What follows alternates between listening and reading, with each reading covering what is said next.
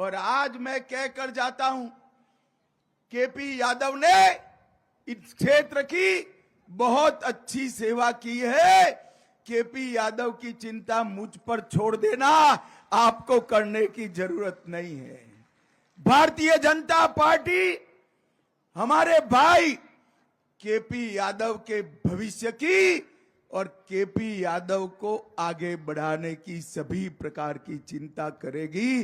गुना वालों, आपको दो नेता मिलेंगे, ज्योतिरादित्य भी मिलेंगे और केपी यादव भी। तो सुना आपने, गुना में केंद्रीय गृह मंत्री अमित शाह ने बीजेपी सांसद केपी यादव को लेकर बड़ी बात कह दी। आप सोच रहे होंगे ऐसा क्यों, तो ये भी आपको बताते हैं।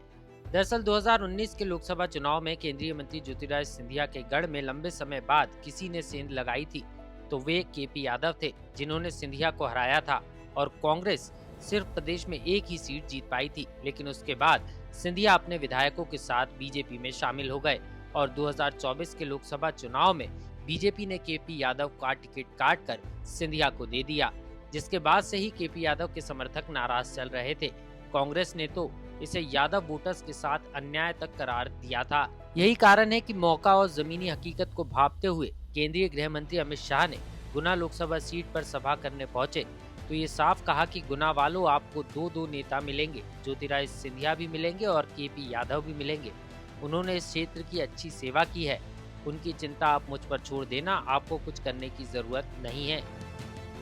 भाई और बहनों, मैं राजा साहब के लिए वोट मांगने आया हूं। ज्योतिरादित्य जी मेरे मित्र भी है, भाजपा के वरिष्ठ नेता भी है, मगर ज्योतिरादित्य को आप जिता के वक्त एक बात याद रखना, ज्योतिरादित्य को दिया हुआ एक एक वोट नरेंद्र मोदी को तीसरी बार प्रधानमंत्री बनाने वाला। कई क्षेत्र में मैं जाता हूं तो लोग कहते हैं कि साहब हमारे सांसद को आप आगे बढ़ाना, हम जिता कर भेजेंगे। अब आपको तो बना बनाया मंत्री मोदी जी ने यहां चुनाव लड़ने के लिए भेजा है, प्रचंड बहुमत से जिताना। और आज मैं कहकर जाता हूं, केपी यादव ने इस क्षेत्र की बहुत अच्छी सेवा की है।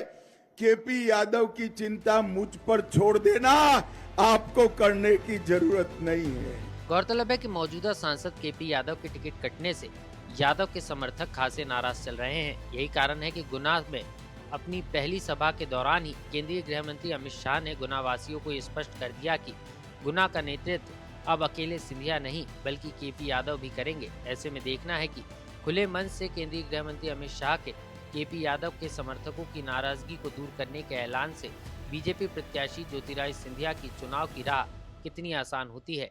लेकिन बीजेपी के चाणक्य कहे जाने वाले अमित शाह ने जरूर केपी यादव को जल्द ही तोहफे देने का जिक्र तो कर ही दिया है। ऐसे में देखना होगा कि केपी यादव को संगठन या सरकार में अब क्या दायित्व मिलता है। लोकमत के लिए भोपाल से आकाश सेन की रिपोर्ट।